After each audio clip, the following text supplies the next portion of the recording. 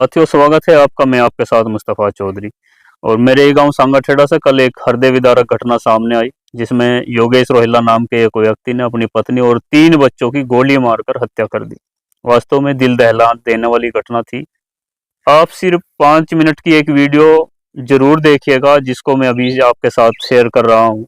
उसके बाद मैं आपको योगेश रोहिल्ला की हकीकत बताता हूँ और काफी हद तक आपको वीडियो से ही क्लियर हो जाएगा। ये 2019 की वीडियो है, इसको आप देखिए, फिर बात करते हैं। 5, 6, 7, 8, 9, 10, 11 लग रहा हूँ। एम्बुलेंस लेगी क्यों? हालत खराब हो गई है। हाँ जी, मतलब नहीं पता नहीं, ड्रामा सब किक करके कर रहा हूँ, सब न पता, लग रही थी वहाँ। तो पूरे गांव ने पता। बताओ, मेरे सिर में दर्द कर दिया था मैंने तो। वो लग रहा है मेडिकल में। अभी तो ये मेरा ऐसा ना हो, अगर मेरा पैसा भी चले जाए और मेरा काम ना हो। हमें कर देगा बात क्या है। अगर तेरा मन है संतुष्ट, नहीं तो संतुष्ट, अगर संतुष्ट नहीं है ना, पैसे का मामला। देख, मैं 2 चीज की जिम्मेदारी ले सकूँ तेरी। हाँ जी, तेरी 2 चीज की जिम्मेदारी, काम की और पैसे की। जी। तीसरा तेरे से क्या कहूँगा, फिर भी तेरे से मुझे कोई स्वार्थ नहीं है, और तो होगा। ठीक है, व्यवहार के कारण केवल यही तरह पिताजी सामने गई थी जी, वह जिम्मेदारी होगी मेरी, काम की और दाम की जगह तुम चाहिए और कोई यहाँ आ जाओ। ठीक है, हाँ जी, वैसे ही। बावजूद अगर तेरा मन संतुष्ट नहीं है तो नहीं, संतुष्ट आपकी तरफ से मेरा मन है, लेकिन कल बिगड़ा मेरा मन आपकी तरफ से। मैं बताऊंगा कल, हो सका मेरी गलती हुई है। नहीं, आप ही की गलती है उसमें। जैसे तो पूछ लियो, मतलब आराम से पूछियो, मतलब आप ही नहीं, पता नहीं आप भड़कती है। तनवीर में भड़क रहा था, हमने तो कोई तनवीर का वो नहीं करा। दिन को संतुष्ट करने के लिए भड़क रहा था। तो उसे तनवीर के खिलाफ, रात से पहले भड़क रहे थे आप। तनवीर के खिलाफ भड़क, उसके खिलाफ भड़क रहा उसे तो हम लोग क्या है, अपनी गाड़ी थी, हमने एम्बुलेंस लेगी ना, वहाँ 50 लोग खड़े थे, एम्बुलेंस ले गई।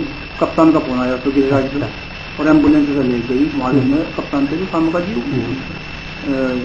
ये सारी बात सही हुई। जी जी, लेकिन मेरा आक्रोश है तनवीर के प्रति। नहीं, उसे उड़ सुनो, मेरे बड़े हमने क्या किया तनवीर के प्रति, तो वो बिल्कुल मैं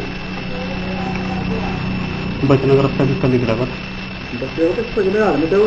बिस्तर नहीं जाऊंगा, अंदर नहीं आने का। पैसे तो बता रहे केस 100% का नाम खत्म होगा। हाँ। नहीं, वो खत्म ही करो। नहीं, वो तो ही नहीं है वास्तव में। तो आपने भी देखो, ईमानदारी से तो पता, पूरे गांव ने पता। 18% तो खत्म, 2% अगर 323-24 जी, 323-24 तो यहाँ से बेल करवा दूंगा, जेल जाएगा। बस 100% तेरा नाम है खत्म। जी, 1% अगर बात आ जाए, बाई चांस 1% जी, 323-24 कुछ नहीं होता। कोई अंदर ज्यादा 100% है। अब देखिए, आपने पता अगर यहाँ 10 लाख भी दे देना, अगर यहाँ 10 लाख भी देगा, इस रिपोर्ट लगवा हुआ तो रिपोर्ट 15 दिन बाद फिर खारिज करवा दूंगा। और यहाँ से रिपोर्ट लगी, वो 15 दिन बाद फिर खारिज कर लूंगा।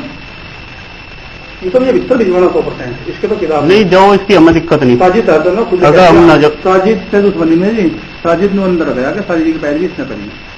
सलाम साजिद की बेचारी गलती कुछ नहीं उसकी। साजिद में गया, और अब भी साजिद अगर इसके पास जाएगा फिर मेडिकल स्टोर ठप्पा लगेगा साढ़े के।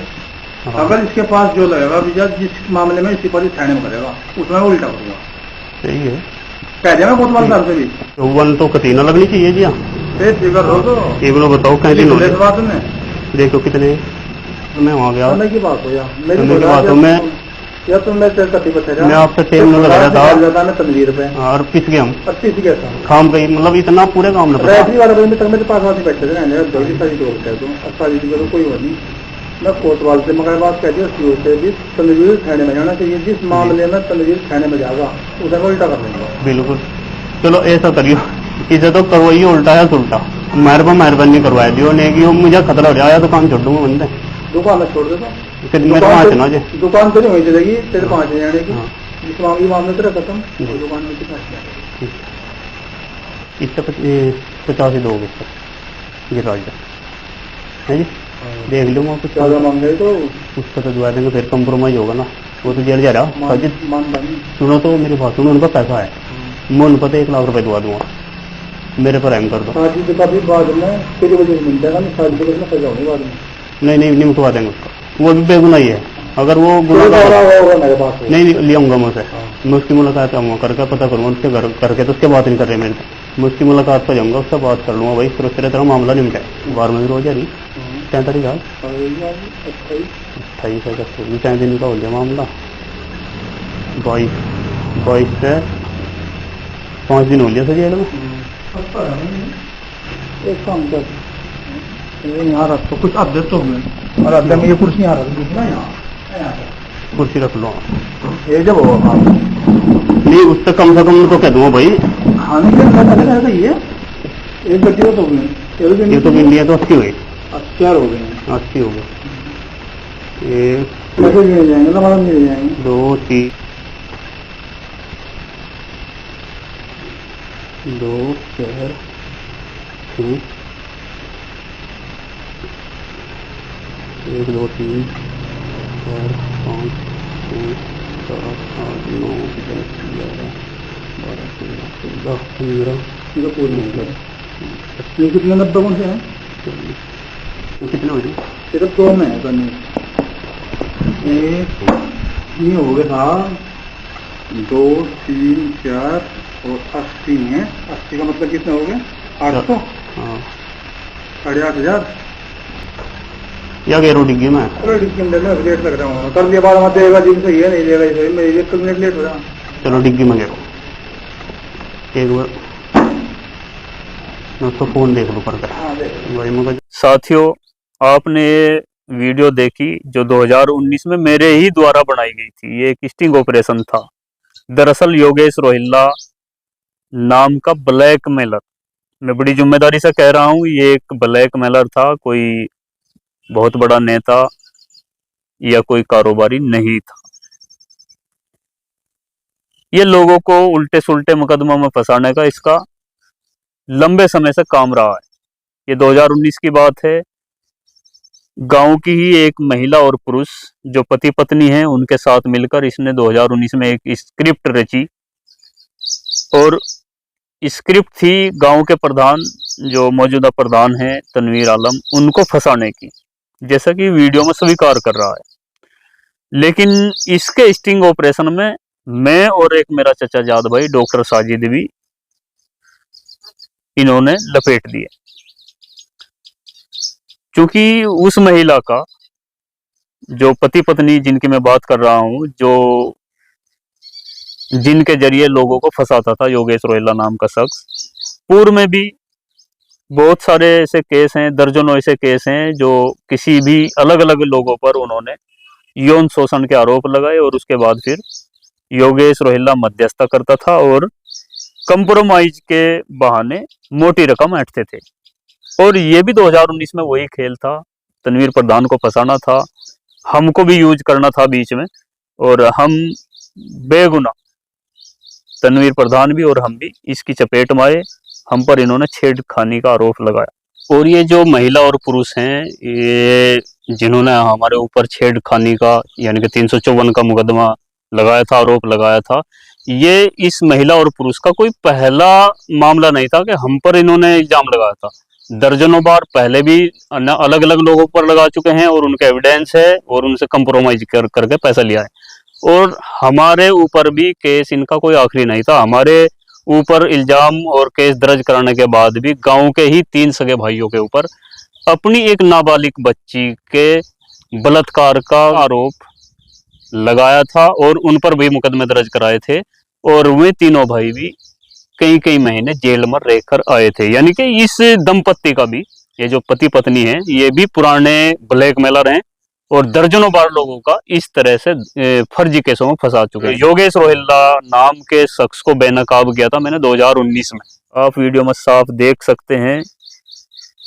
70,000 रुपए से ये मेरे नाम हटाने की और मुझे क्लीन चिट देने की बात कर रहा है, और 1 लाख रुपए में डॉक्टर साजिद की, और तनवीर प्रधान के बारे में बोल रहा है कि इसको तो मैं हर हाल में फंसाऊंगा, चाहे 10 लाख भी दे। तनवीर प्रधान को फंसाने का इसका मकसद था उस समय 2019 में। और इसने ये सब स्क्रिप्ट रची और रचने के बाद हम फंसाए। और इसकी फिर मैंने जैसे ही वीडियो बनाई और वो वायरल की, अखबार में भी छपी थी। ये करीब 28 अगस्त के लगभग आसपास का मामला है जब मैंने इसका स्टिंग ऑपरेशन किया था, और अखबार में भी छपा था। इसका फोटो और पैसे गिनते हुए का इसका फोटो अखबार में छपा था। और ये वीडियो भी वायरल हुई थी। इससे बड़ा एविडेंस कोई हो नहीं सकता। बावजूद इसके इस पर मुकदमा तो हुआ था 420 का गंगो थाना में, लेकिन गंगो पुलिस ने इस पर हाथ नहीं डाला था क्योंकि इसके रसूख थे। पुलिस प्रशासन में भी इसके संबंध अच्छे खासे थे और राजनीतिक पार्टी में भी इसके अच्छे खासे संबंध थे। इसी वजह से पुलिस ने इस पर हाथ नहीं डाला। और जब हमने पुलिस अधिकारियों के चक्कर काटे तब जाकर एक दिन इसको पुलिस उठा करके ले गई, लेकिन 1 घंटे बाद ही इसके रसूख के चलते इसको उसी गाड़ी में बिठाकर इसके घर छोड़कर गई थी पुलिस। और हमें बिना वजह जेल जाना पड़ा था उस समय। और उसके बाद फिर जेल से आने के बाद मैं लगातार दर्जनों बार तत्कालीन एसएसपी महोदय के पास जाता रहा एप्लीकेशन लेकर इसके खिलाफ कि सर इसके खिलाफ कोई कार्रवाई की जाए। गंगो पुलिस इसको उठा नहीं रही, इसको जेल नहीं भेज रही। और एसएसपी साहब ने मेरे सामने ही कई बार गंगो थाने को लताड़ा, कोतवाल साहब को हिदायत दी कि उसको उठाओ और उसको जेल भेजो। 420 का उस पर मुकदमा दर्ज है, एविडेंस मौजूद है, लेकिन गंगो पुलिस ने इसके खिलाफ कोई कार्रवाई नहीं की। करीब 1 साल के बाद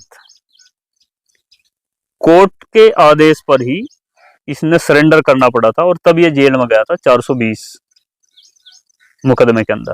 और एक दूसरा और कैराना के एक व्यक्ति ने इस पर पैसों की धोखाधड़ी के चलते ही 420 का मुकदमा दर्ज कराया था, उसमें भी ये जेल गया था। और 2007 का वो चर्चित कांड जिसमें इसकी ये अपने पिता से लड़ाई हुई थी और वो लड़ाई से आहत होकर, इसके शब्दों से आहत होकर इसके माता पिता और 3 बहनों ने सामूहिक रूप से जहर खाकर आत्महत्या कर ली थी। उसमें भी इस पर मुकदमा दर्ज हुआ था और ये जेल गया था। उसके बाद 2012 में इसकी एक जो पहली पत्नी थी उसका आकस्मिक निधन हुआ था, अचानक निधन हुआ था। और उस समय लगता था कि वो सामान्य मौत थी। मैं ये नहीं कहता कि वो सामान्य मौत थी या कोई उसमें साजिश थी, लेकिन अब चर्चाएं हैं जब 22 मार्च 2025 को इसने एक बड़ी घटना को अंजाम दिया, अपने 3 बच्चों और अपनी वाइफ को गोली से मारा। अब गांव में चर्चाएं हैं कि शायद 2012 में आकस्मिक रूप से मरी इसकी पत्नी, उसके पीछे भी कोई साजिश हो सकती है। तो विडंबना देखिए हमारे कानून की और पुलिस प्रशासन की। क्या कानून भी इंतजार करता है कि कोई बड़ी घटना हो? कोई छोटा बंदा अगर कोई छोटी भी घटना करेगा तो उस पर बहुत बड़े बड़े केस लाद दिए जाते हैं, और एक रसूखदार व्यक्ति अगर किसी बड़ी घटना को भी अंजाम दे और उसके खिलाफ एविडेंस भी मौजूद हो तो हमारा पुलिस प्रशासन और कानून उसको जो है छूट देता है, उसको अपनी सेफ्टी करने की पूरी इजाजत देता है। जो योगेश रोहिल्ला के भी साथ हुआ, अगर 2007 में घटी घटना के बारे में इस पर अच्छे से कार्रवाई हो जाती, या 2012 में या 2019 में जैसा कि इसने हमारे साथ ऐसा किया था जिसके एविडेंस मौजूद थे, यकीनन इसने हमारे ऊपर फर्जी मुकदमे दर्ज कराए थे। और ये वीडियो में खुद भी स्वीकार कर रहा है कि मेरा ध्येय तनवीर प्रधान को फंसाना था। आप तो बिला वजह लपेट में आ गए और अब ठीक है, आप 70,000 रुपए दीजिए, साजिद से 1 लाख रुपए दिलाइए और हम आपको क्लीन चिट दिला देंगे, थाने तक भी नहीं जाने देंगे। और अब भी जैसा कि ये एसएसपी महोदय ने कल बाइट दी कि भाई योगेश रोहिल्ला ने ये बताया कि वो पत्नी से हाथ था, पत्नी का चरित्र ठीक नहीं था, इसलिए उसने ये कदम उठाया। तो क्या अब भी किसी को फंसाने का ही योगेश रोहिल्ला का इरादा है? पत्नी के चरित्र पर उंगली उठाई है तो पत्नी को भी किसी के साथ जोड़ेगा। किसको जोड़ेगा, किसको फंसाएगा, ये भी एक संदिग्ध बात है। क्योंकि गांव वाले और खास तौर से जो इसके आस पड़ोस में रहने वाले लोग हैं, उन लोगों का ये कहना है कि इसकी वाइफ, हमने कभी ऐसा नहीं देखा कि वो चरित्रहीन हो, ऐसा इसके आसपास के लोग बताते हैं। और ये बोलता है कि वाइफ का चरित्र ठीक नहीं था, और वाइफ का चरित्र ठीक नहीं था तो बच्चों को गोली क्यों मारी? ये कोई इसकी दिमागी हालत ठीक थी या नहीं थी? इसके मिलने जुलने से और इसके व्यवहार से और इसके क्रियाकलापों से ऐसा नहीं लगता था कि ये कोई मेंटल है, क्योंकि सातिर आदमी है और पहले से ही इस तरह की घटनाओं को ये अंजाम देता आया है। और इस घटना में तो इसने बिल्कुल इंसानियत को ही शर्मसार करके रख दिया। 2007 से भी बड़ी घटना ये मानी जा रही है, क्योंकि उस समय जिन लोगों ने जहर खाया था वो सभी बालिग थे और उन्होंने खुद आत्महत्या की थी। और इस कांड में इसके मातहत, इसकी पत्नी इसके मातहत थी और इसके बच्चे 12 साल की श्रद्धा और 7 साल का दिवांश और करीब 5 साल का शिवांश, सभी नाबालिग बच्चे थे। और उनको इसने पकड़कर किस तरह से बेरहमी से मारा। और बताया जा रहा है कि 2 बच्चों को इसने 2-2 गोली मारी थी। और जब ये गोली मार रहा था तब इसका एक छोटा बच्चा सोफे के नीचे छुप गया था। इसने वहां से खींचकर उसके सर में गोली मारी और सभी के सर में सटाकर गोली मारी। ऐसा मुश्किल ही केस कोई मिलेगा, अगर कोई दिमागी संतुलन किसी का खराब हो, किसी को टेंशन हो, कोई डिप्रेशन में हो, तो या तो खुद के गोली मारता है, या फिर अगर परिवार के लोगों के गोली मारता है तो वो स्वयं भी आत्महत्या करता है। लेकिन यहाँ इसका उलट हुआ, सभी के इरादतन गोली मारी गई है और ऐसी जगह गोली मारी गई कि वो जिंदा ना बचे।